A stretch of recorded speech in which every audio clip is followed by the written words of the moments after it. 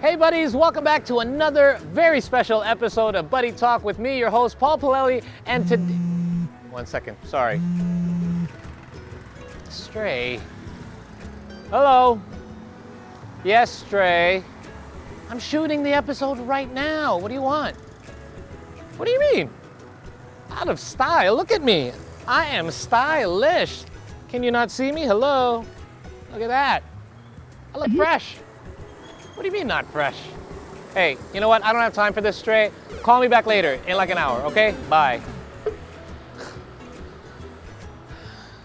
Don't I look fresh? I feel fresh.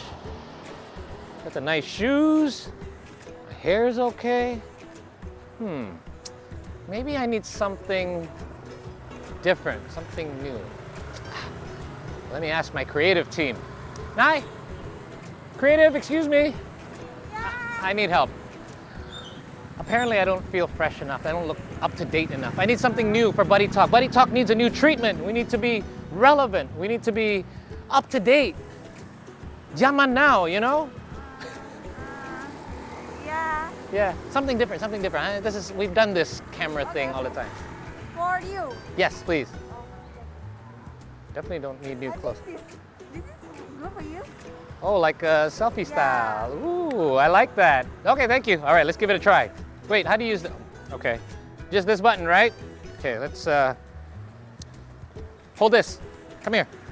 Come here, hold this. Oh my God. Okay. All right, give it back. Okay, here we go. Take two. Make sure you get me. Hey guys, welcome back to another episode of Buddy Talk with me, your host Paul Pilelli, and for a very special episode today, as you can see, I am outside of somebody's home, and not just anyone, a very special guest of mine. He is the chairman of the Chamber of Commerce and Industry, the one and only Arsjad Rasjid. That's right. So we're about to enter his home. Am I even on cam here? Oh my goodness. You know what? We're about to enter his home right now, so let's head over there right now and find out what he's up to.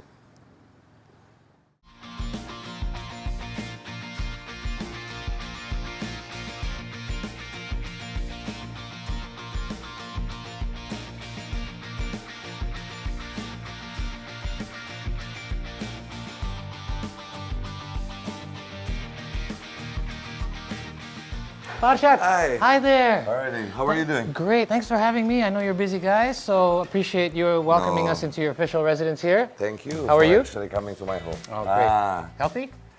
I'm always happy and always healthy. Great to hear. So listen, I wanted to ask you, I mean, you have been an entrepreneur for running on 3 decades now. What is your secret to staying relevant and significant? The one word I say is live the moments. Okay. That means just focus on what you do. Let the past go. Let the past go. No, it's just focus, right? Right. Focus and live the moment, enjoy the moments. Yeah. When you enjoy the moment and enjoy whatever you do. Okay, I like that. So obviously someone who is in your position now didn't get to where you are without experiencing some sort of failures along the way. Wow. Failures is key to success. Okay. So do you remember what you would think is your biggest failure and what did you learn from it? So this is my first so-called perhaps entrepreneurship or investment, right? So I put money, I say, okay, I'll join you, right? Okay. You know what happened? So I become a passive investor, right? Right. The passive investor, I put the money there and then suddenly I say, boom, was gone. Just like that. Just like that. And I said, oh my God, you know. I just wanted to start a business. So that was What was your first experience? First experience was just investing as Right. a passive. So from there onward, I say, no. If there's a business, I have to be there as a business. You know, most people would actually be scared off after that first experience, but instead you went the other way. You Yes, decided I went the other way all in. because I thought, no, something is wrong here, right? Right. Perhaps maybe because I was not in control. That's what I thought. Because right? you were passive. I was a passive. I was like, okay, and I mean, it was a learning process, right? Yes. Just came back from college, everything Right. was great, everything. I thought the world so perfect, everything just, whatever you do in business, that's it, right? That's not life, Right. So sometimes you say life is full of challenges. Yes. So your first experience was actually the one that you learned the most from. That's where first, right? First Right. passive. So again, these are the experiences that you hold on to, but I've read that there are 3 words, your principles, right? Authenticity, spirituality and agility. Can you explain a little bit about this ASA principles that you actually live and work by? And I was, I went to Harvard, paid by the World Economic Forum, of course, and I went to one of this class, right? And there was a book that we have to read. The book is called True North. True North. True North, Okay. right? It's about a compass of your life. Oh, compass. Okay, Yeah. right. True North. So we say true North. When you say it's just North, but it's a true North of yourself. Ah, okay, Right? gotcha. And talking about authenticities, right? Gotta be real.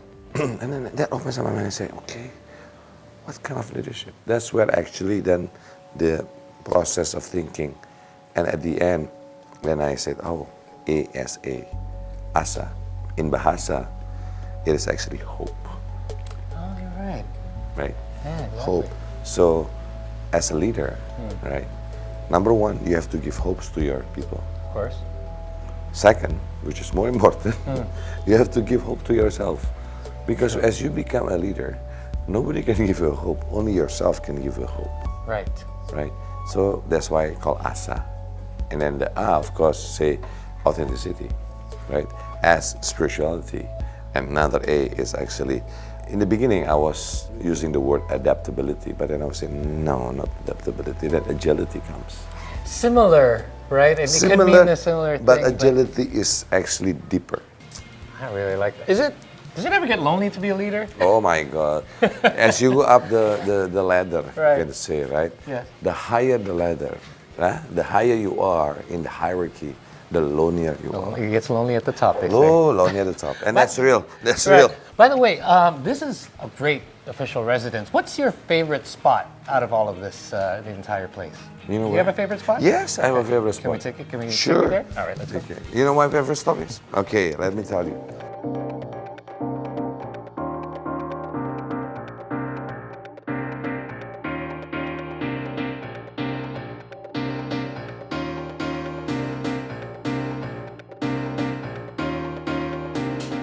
So this is one of your favorite spots. Tell me why. The water. Ah, okay. The water. Right. You know why? Because I love the sound of water. And for me, peacefulness. So when you live in the big city, you need a little bit of nature, don't you? You need that. Yeah. I mean, I love the sound of water, and Yeah. it just makes me feel peace, as I said, right? Yeah. In such a busy life, you need a little bit of peace every now and then, right? Oh my God. you So know. listen, I've got some things I want to mention to you, and I want you to tell me what's the first thing that pops into your mind when Wow. I say it. Okay. Wow.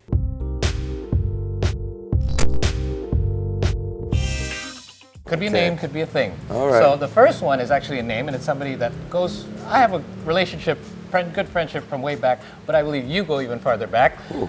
Agus Lasmono. My brother. That's it. That's simply your brother. My brother. Okay. I think we are closer than our wife. No, no, because we know what happened is we know each other longer than any. Because we met when I was 16 and he was 15. Right. Okay? Since then, since I was 16, he was 15, right? Until today, we are still together. Still strong. So strong.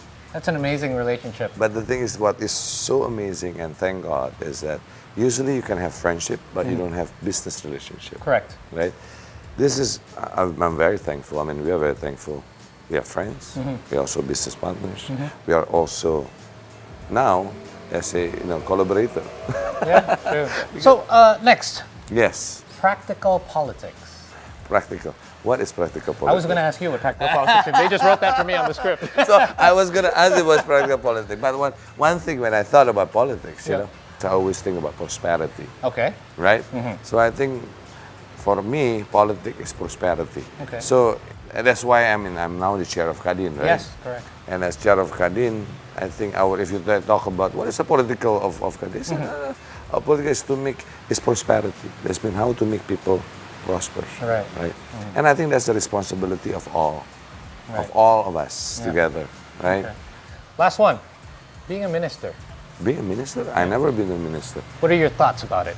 Is that What- something that you hope to achieve one day? Is that No.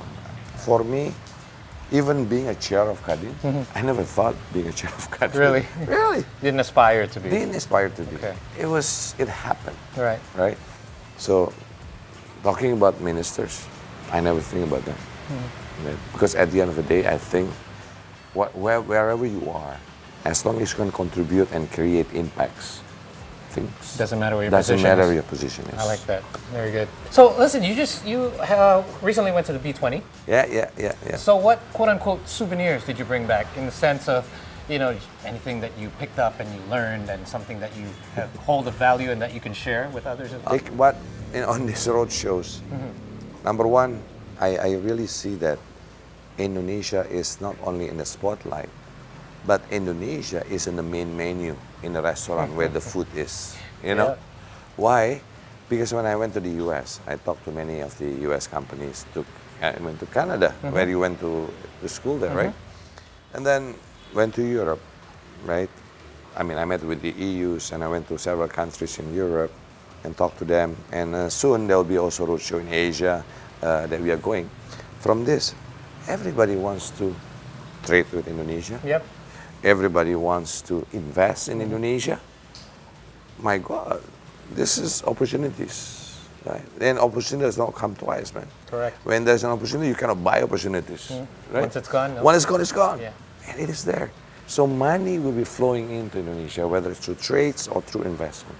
But one thing that I want to say, my take on this roadshows is, one thing, we cannot assume or we cannot take it for granted that everybody knows about Indonesia. Right. We think everybody knows about Indonesia. But Bali is more famous than Indonesia. True. And that's a fact. And then after that, when you talk about Indonesia, they think of Indonesia maybe 5-10 years ago, which is a different Indonesia. Right? So now we are voicing out to everyone, all the private sectors from those countries are, hey, this is the new Indonesia. Huh? It's a different Indonesia. We have this omnibus law called Cipta Kerja, which is the job creation law, which actually create easy investment. Yeah? We have ESG values in our businesses, environment, social, and governance. It's a new Indonesia. Indonesia is 270 million people.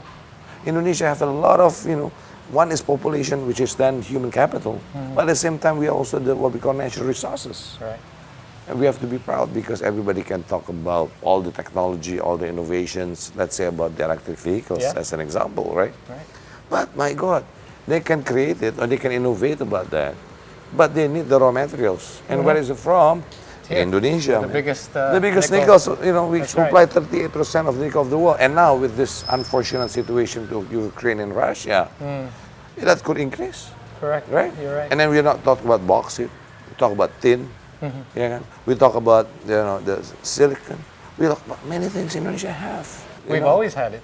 So listen, I'm a little bit hungry. All right. Are you hungry? I'm always hungry. Okay. You know why? We got a little something prepared for you. So let's really? go to it right now. But all of you stay tuned. We've got more after this only on Buddy Talk. Stay with us. Let's go.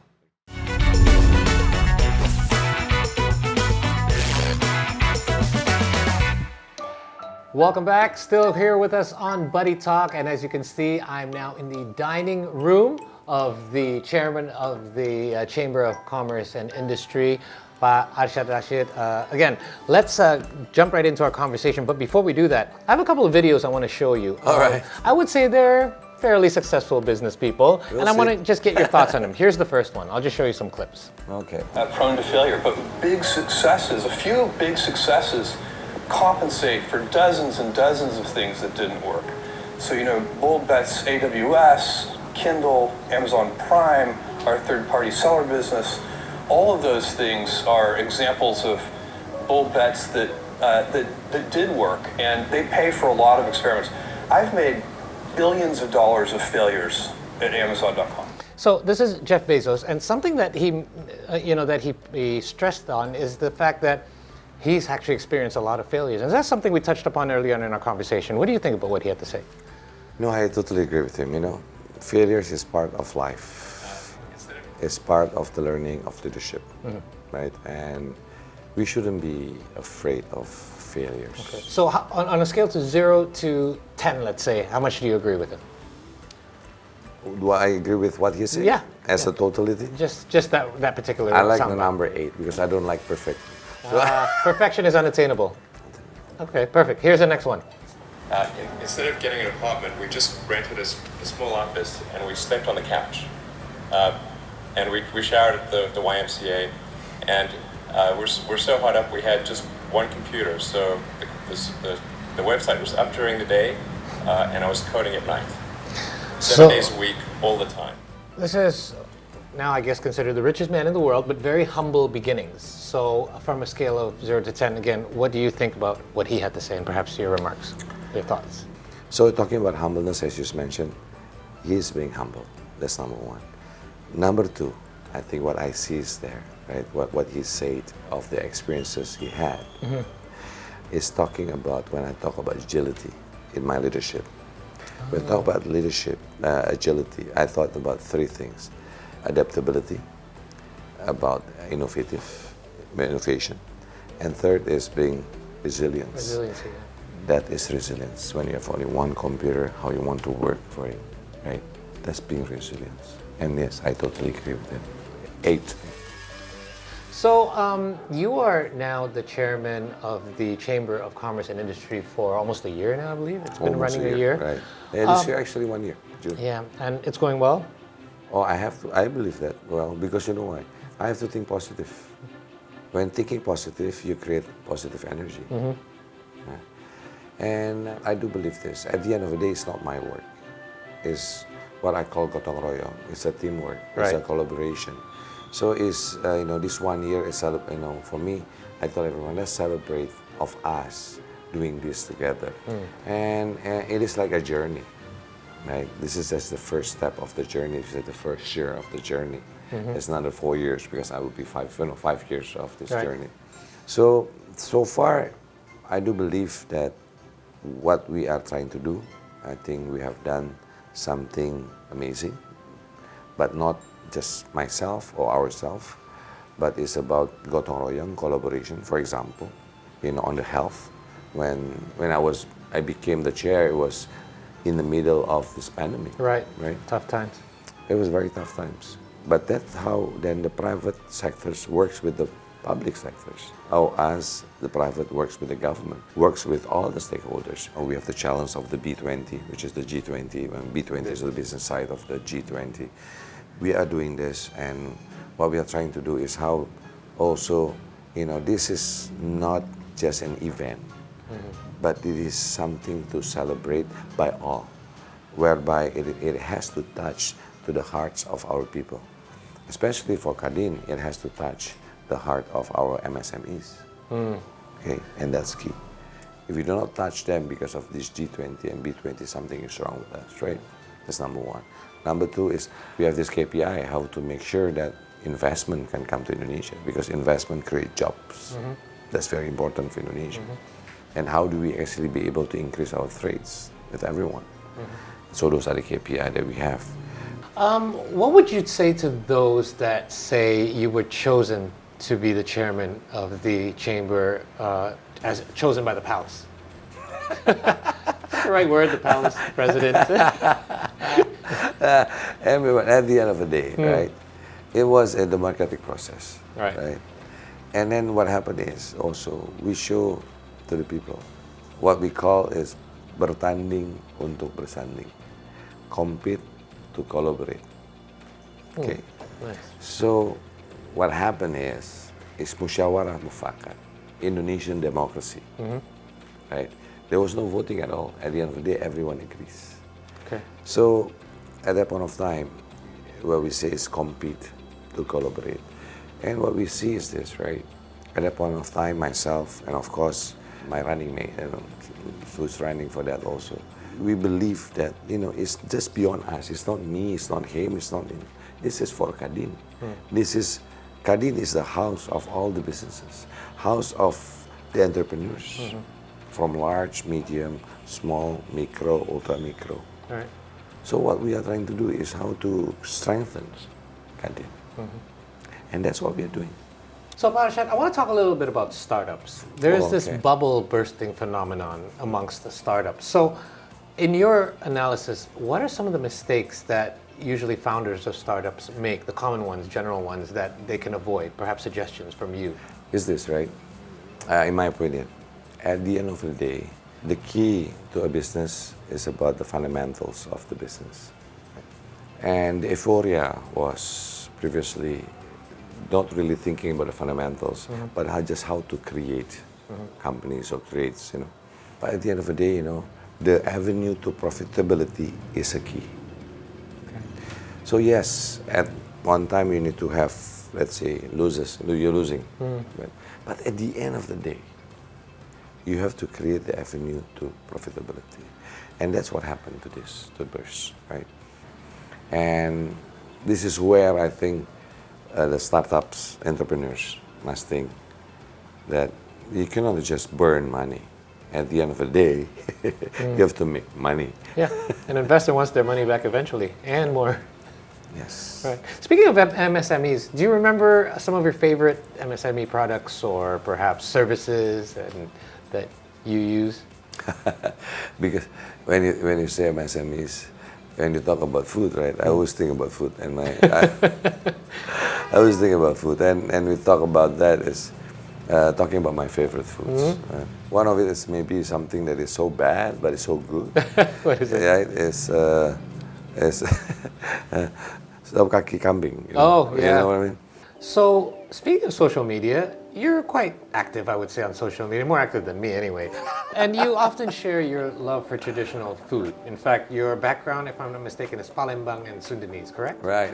Okay, so we've decided to bring you some dishes that perhaps are native to your background.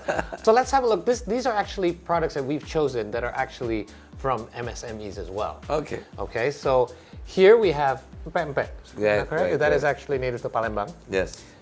This is nasi tutuk oncom, correct? Nasi Yes. tutuk oncom. And then here we have gurame. Karami goreng. Yes. So I want you to perhaps give a couple of suggestions as to how MSMEs like this can help grow. And I would like to serve it to you as well at the same time. So there you go, enjoy. I know it's just past dinner time, so enjoy. Yes. I hope you like it. Yes. Number one is actually Standards, standards, okay. right? How to make sure that the quality Quality control. Right. So every time you come, it will taste the same. Right. So number one is quality, and that is by actually as easy as recipes, making sure that how much salt, how much pepper, how much all this, and standardize that. Okay. Of course, and after that, it's called packaging, right? Because people love the packaging. Has to look good, too. It looks too good, right? Not only packaging the product, but packaging the services sometimes. And so those are maybe small tips that perhaps. I like it. Consistency. So I have some Padang food, even though I'm not from Padang, but I have been there. And I love Padang food. Okay. So feel free. Let's just dig in. Yes. Padang food, I love it because you get so much value for money. I think that's important as well. Oh, yeah. and this shows, the richness of our country, where every part of our country have its own food culture. Yes. Unique That's to where their unique to area. their areas. By the way, Yes. people think I'm weird because I eat Padang with a knife, with a spoon and a fork. Most people use their hands, but I don't know Yeah. how to eat with my hand. Part of my background. So I have a scrambled egg. So what have you got with yours? There's a chicken. You have a fried chicken here, and you have the Tempe. tempe goreng, right? Right. And then you have some sayuran here. By the way, when I first moved to Indonesia, I but this is could the not most eat important thing. That's The spice. I was just going to say I could not eat spicy food at all when I first moved here. Now I can't live without it. No, I love it because this is Sundanese food, right? Yes. So my mom is from Cimahi, Oh, right? So that's where she actually met with my dad, Nice. in Cimahi. Cimahi is like a city before Bandung, Right. right? And it's called the city of military, usually, because my dad comes from a military background. Military man. And that's why he went there for schools, and that's why he met my mom. So, and then I said, the bahasa that is, Selamat makan. that is the national language in my house. Because my dad comes from South Sumatra, Palembang. Right. My mom is Sunda. But my dad always told me, my God, we are now conquered by Sundanese. Sundanese spoken at home. Because they speak Sundanese at home. Right. So I'm very familiar with Sundanese. You speak it? Are you fluent in it? No. You can just understand I it, can so you know what understand people it. are I know saying. what people are saying. At least, so sometimes people spoke in Sundanese or in Palembangese, Right. right? And they thought I do not know, right? Right. So I just keep quiet and say, Yeah. oh, I know what you're saying. saying. Yeah. Anyway, while we continue to enjoy our dinner, it's time for us to say goodbye to all of you viewers. But thank you so much for tuning in for this very special episode of Buddy Talk with the chairman of the Chamber of Commerce and Industry. Arsjad, thank you so much for your time. Really do appreciate you having me into your home, and I hope to be able to chat with you and catch up again someday soon. Thank you very much. All right. Make sure you tune in to Buddy Talk every Saturday and Sunday at 8 p.m. only on See Today. We'll see you next time, buddies. Take care.